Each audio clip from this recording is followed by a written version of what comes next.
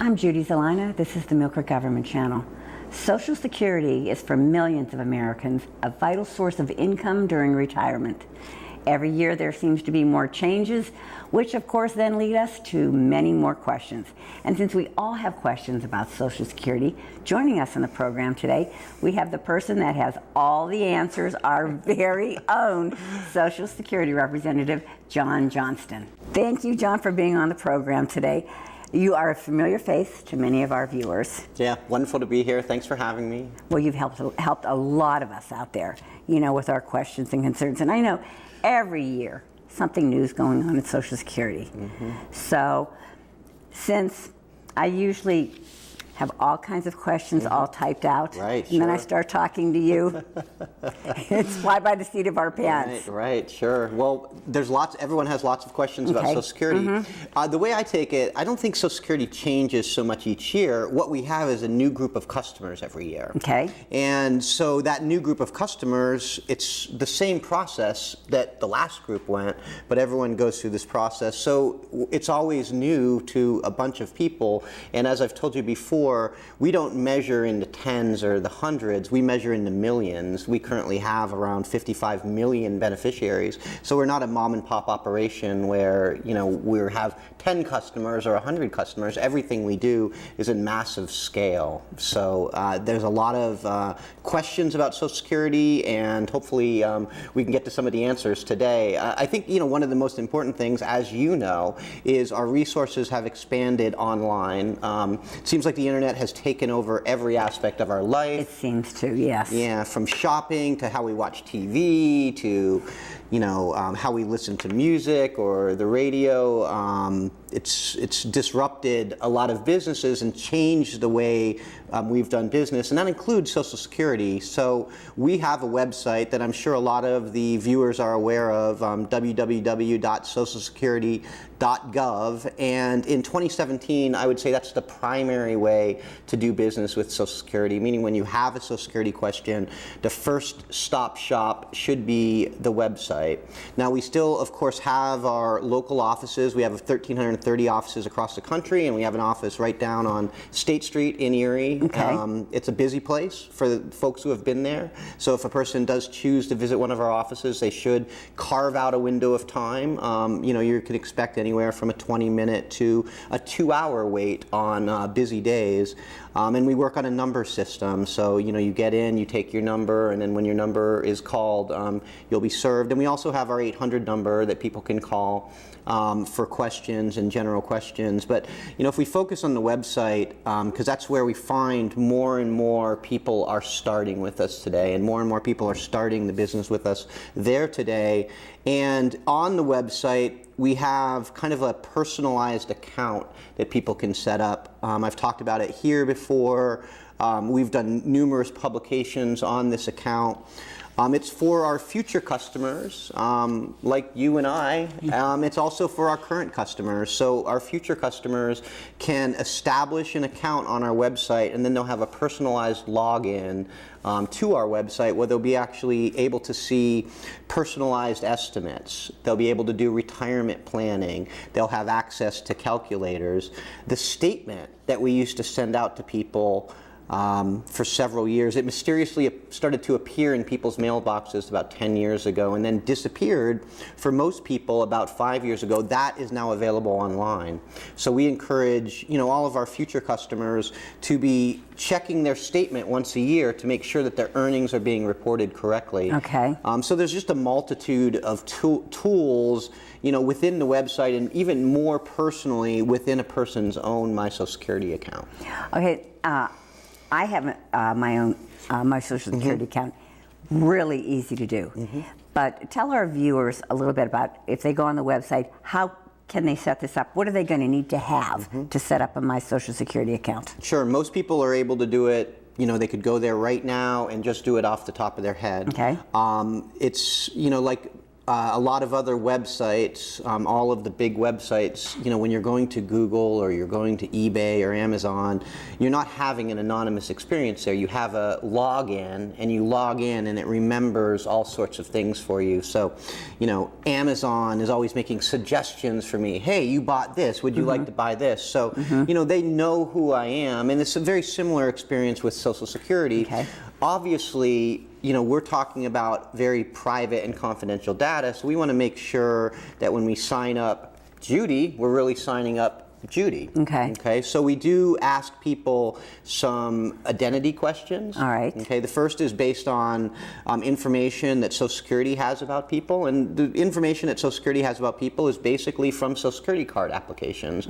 All of our customers have Social Security cards, and they've applied for those. So we ask some very basic questions like, what's your name? What's your date of birth? What's your mother's maiden name? And once those all match, then we have a one-way sharing agreement with a credit agency, and 5 multiple choice questions based on the person's credit are presented. And those questions can vary. I was asked when I signed up for my Social Security account, how many bedrooms are in my house? That was one of the questions that I asked, because the bank holds a mortgage, so they knew that. I was asked which bank held the loan on the last car that I had purchased. So it's most of the people will know that information off the top of their heads. Where we have noticed some folks have difficulties if a person has just went through a separation or divorce. Okay. And maybe their credit is still tied up with their ex, and their ex may have done spending or something on the credit, and that person will be asked a question about something about they have that no spending, idea and they don't know about it. Okay. So we've seen some of those folks have problems. Also, if you've put a credit freeze on, maybe a person has been a victim of identity theft, and so they've frozen their credit, they will not be able to complete the registration online. There's an alternative way for those folks who can't complete the registration online. They can visit us in person and bring us their driver's license and passport, and we'll ID them in person, and we'll print up a letter for them with an activation code.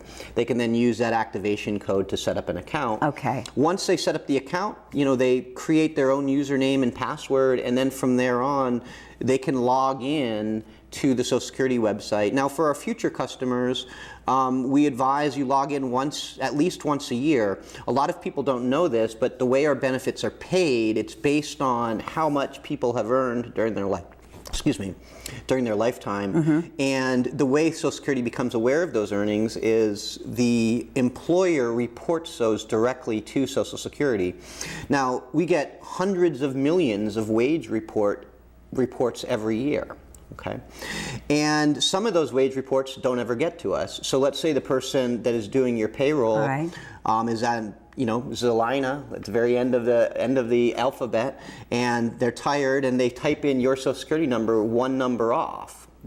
Those wages are never going to get to your record. So when you look at your Social Security record for that year, rather than your normal salary, you're going to see 0 in earnings reported. It's a pretty easy problem to fix when it's 1 or 2 years old. It gets harder to fix the further you're removed from that, because we may ask you to show a W-2 to prove you earned those. Those earnings were yours, those earnings belong to you. And that's very easy for most people to produce that's 1 or 2 years old, but when you start getting, some people choose not to look at their earnings record until they get ready to retire. So we've had people who we've asked to correct earnings from like 1974. And that's a lot harder for an individual to do than trying to correct it on an ongoing basis. So we advise our future customers to create an account, look at it once a year. I just got the reminder to check mine. So we'll actually send out an annual reminder, hey, go and check your statement. And I just received mine. It comes out about 3 months before your birthday. We send out a little email. One of the things that we've done recently to kind of make our system more secure. Now, this was always an option before, where a person could add what they call multi-factored authentication. And what is that? To their record. And what that is now when I log in to my Social Security account, I use my username and a password, and I'm going to immediately text Social Security sends me a text message with a unique 8-digit code on it. And I use that 8-digit code to then log into the system. You can do it by text message or by email. And basically, if anyone were to ever try to break into my account, before they were able to get into my account, I would get a text message with this. Saying somebody's trying to get in there. It wouldn't even say that. It would just have the 8-digit code. And I would know, well, I'm not trying to get into this account. I could immediately put a block on the account. So it's just another level of security.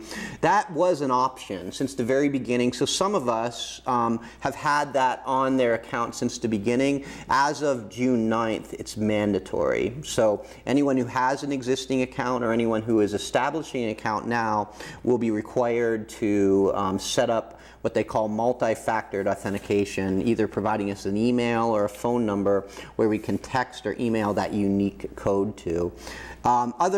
Like my bank has been doing that for years, so it's not. Mine just started doing that too. I noticed that when I logged on the last time, I thought, well, that's different. So these are people's way, different institutions that are dealing with sensitive information to make sure that you are the person getting into your Absolutely. stuff. It's just another way to secure the data and make sure that the person who is signing into it, the data that we're presenting belongs to them. Okay. All right. And definitely check it every year.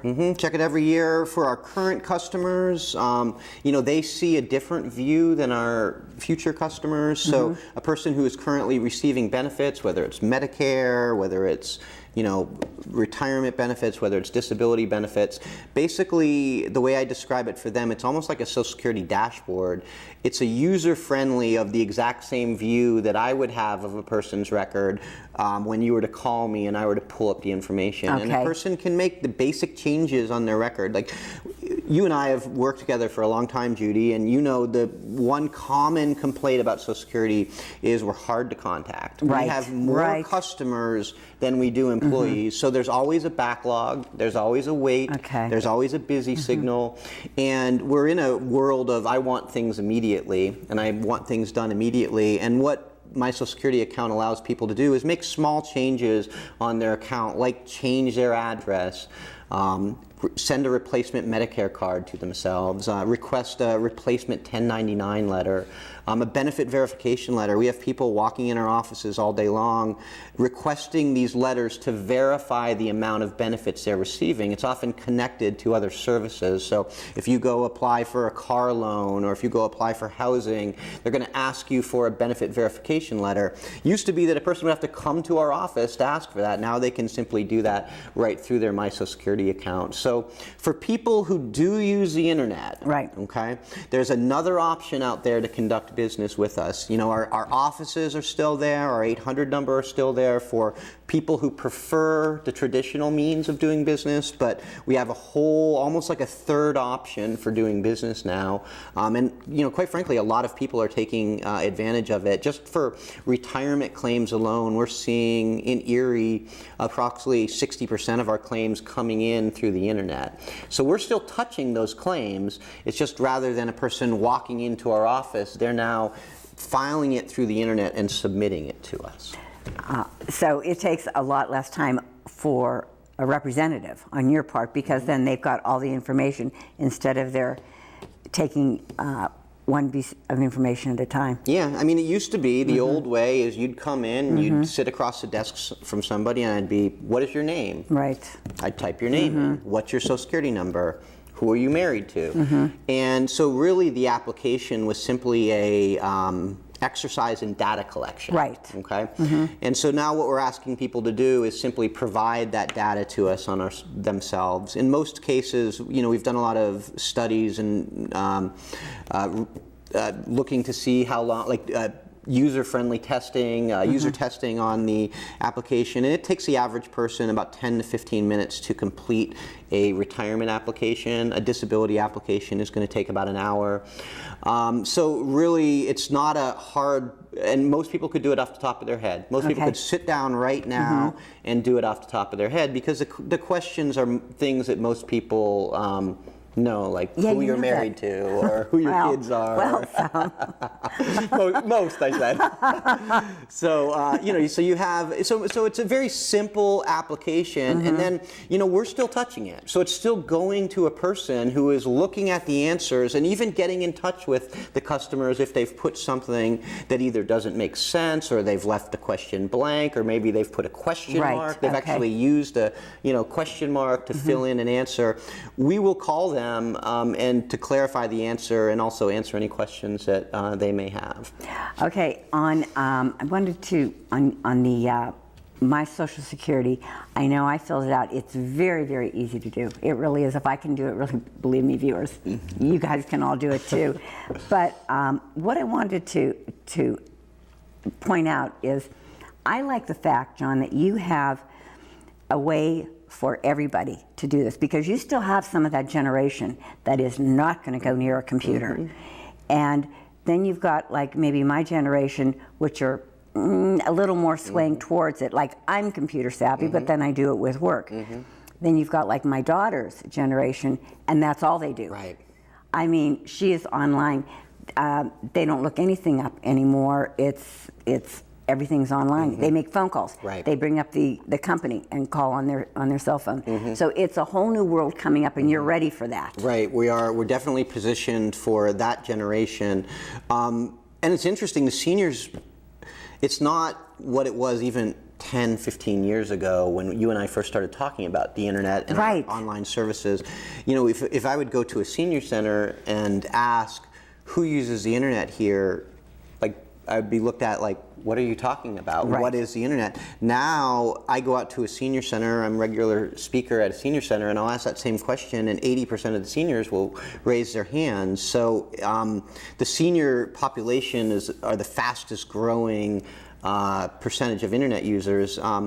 My mom, she loves it when I talk about her on television. Grandkids are a great motivator for seniors to start using the internet. Exactly. So, when we had Lou, we purchased an iPad for my mom, and she's able to FaceTime with them. And, it's the user interfaces have gotten easier. They're really just pushing a screen on prefabbed programs. So, you should see my mom on her iPad now. She's all over the place, and she's like a teenager, So I do think there is a change just even in that population. And, we're like most businesses. We're trying to figure out how the internet works in our whole picture of taking claims. And at this point, a lot of us are saying it's now like the primary way that a lot of people do business with us. I have a question. If something is not filled out correctly, or Social Security has a question on my online application, you will call me? Right, we'll call you. We make contact with people all the time. In fact, it's interesting, one of the common questions I get now is, I filed an application online, I got a call from a person who's saying they're from Social Security. I don't believe they're from Social Security. And just so all the viewers know that if you do file an application online, we will follow up in a lot of cases by calling you or sending you a letter asking you to call us if we're not able to successfully get in touch with people. So that usually is a legitimate contact. Like most things, I would say, if you do not feel comfortable on the line talking to the person, simply ask that person for their return phone number, and then call back. Anytime you call a Social Security office, you're going to go through, you're not just going to get that person directly. You'll go through the prompts, so you'll know you're actually calling Social Security. Yeah, so even if someone were to call me with my direct extension, they're still going to get the welcome to the Erie Social Security office. If you'd like information on replacement Social Security cards, please press 1. And before they're even given the opportunity to push in a prompt.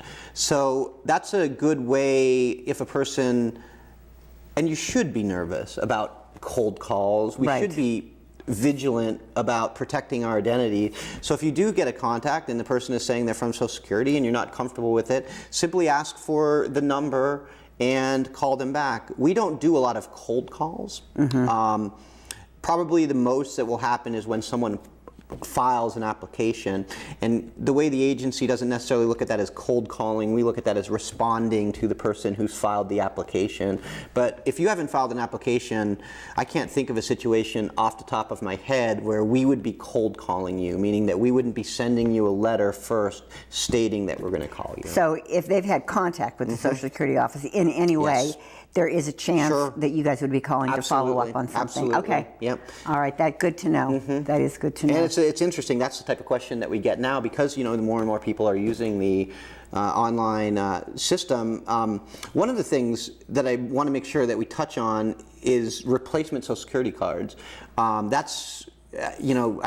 That is a relatively new service in Pennsylvania. We're rolling it out state by state across the country. So people who have My Social Security accounts can now apply for replacement Social Security cards right through their My Social Security accounts. All they need is a driver's license or state ID, and they put that information into the system. It verifies it with data sharing agreement we have with the various states, and that's why it's a state-by-state process. And then a person will get a new card, they'll get a receipt immediately, and then they'll get a new card sent to them. Seems like magic to me, and it happens in about 14 days. And that is a game changer for a lot of our customers. I've said for years, like if you walk into an average Social Security office, you're almost going to see two types of customers. Customers who are there applying for benefits, whether they're retirement or disability or Medicare. And then you're going to see customers there who look a little bewildered, and they're there applying for replacement Social Security cards. Maybe a younger person who just got a new job, or we have a lot of 16-year-olds who are getting that driver's license because the requirement for the driver's license is to show a Social Security card. That's what I wanted to ask you. I cannot remember the last time someone asked me for my Social Security card. What are the scenarios that you are going to need that Social Security card for? Well, Social Security will say that the Social Security number is for one thing, and one thing only, and that's so when you go to work, we can track your earnings to know what to pay you in retirement. So the only situation that Social Security will say that someone's going to ask you for your card is when you get a new job. Okay. When you get a new job, your employer is required to actually see the physical card, and they'll actually ask you for a copy of the physical card. They then can verify that's you. There's a way for employers to verify that the person who is presenting the card it belongs to that individual. Other than that, there are agencies and businesses that ask for cards. Like, for instance, the DMV in Pennsylvania asks for a Social Security card. So other agencies and groups have determined, we're going to use a card for this. All right. Okay, so there's a little bit of a difference between what Social Security says the card is for and what it's, in reality, what it's used for. Okay. But this whole new group of people can now establish a My Social Security account and not have to go into our office and apply for their card right online. And we're seeing tens of thousands of people take advantage of it. It's really actually been a blessing to our offices. We're cutting down on some of the walk-in traffic, which we're always trying to deal with. It's always walk-in traffic. Walk-in traffic. How can we better serve the customer and how can we serve them more quickly? And taking that segment or giving the opportunity for that segment of the population to be able to, complete their business online has been a real boon for us, and I think also for our customers. Well, I'm going to tell you something. Your website, if anybody hasn't been on it, really, if you have questions, just take the time and look at it. There's even a place, and I've used this a lot of the times too, where you could just do a search. You can type your question in, and it just pops up. There's the question, and it's got the answers to it. So it's really user-friendly. Yeah, I use the search function all the time. I get called for questions, and I'll go to the search function, type that person's question in, just to demonstrate that in the future they can find these same things online, and they don't need to necessarily give us a call or come into the office. John, of course we're getting to the end of our time, and we've said you and I could just talk for hours, but this is great. I'm glad that we talked a bit more about My Social Security and reminded people that it's out there. Get some more younger people getting signed up for it. It really is beneficial. I check mine, maybe not a lot, but when I get my reminder, I check it and make sure everything's accurate. Absolutely. Yeah. So, thank you for having me. real quick. Okay, real quick. This is the end. This is my favorite All thing. right, yep. The most popular baby names. Oh, right. Yeah, every year we're in the baby name business too. Yes, because you now are. You get a lot of customers We get a every lot day. of customers, and when someone has a baby, one of the first things they do is they get a birth certificate and a social security card. So every year we have a press release of the most popular baby names. And drum roll. Here it is. In Noah for boys. Is it? Yep. Emma for girls. I love those names. Yeah, though. and that's actually the most hit part of our website, meaning that's the most popular part of our website. And so it's right now on our front page, so anyone can go check it out. There's a cool search function where you can search for your name to see how popular your name is. I'm in probably the thousands at this point. Well, it was John and Mary forever, and John has been dethroned for the last several years. So, but yeah, check that out. It's a fun little service, and also a lot of new parents are checking it out too. John, thank you so much for joining us thanks today. for having me Oh my gosh, again. it's always a pleasure. We'll Appreciate do it. it again soon. Appreciate it. Viewers, if you have any questions, please, again, check out the website. Sign up and get the My Social Security, your own personal snapshot of you. So, again, check out the website. If you need to give them a call, use the 800 number. Thank you for tuning into the Millcreek Government Channel. Until next time, have a wonderful day.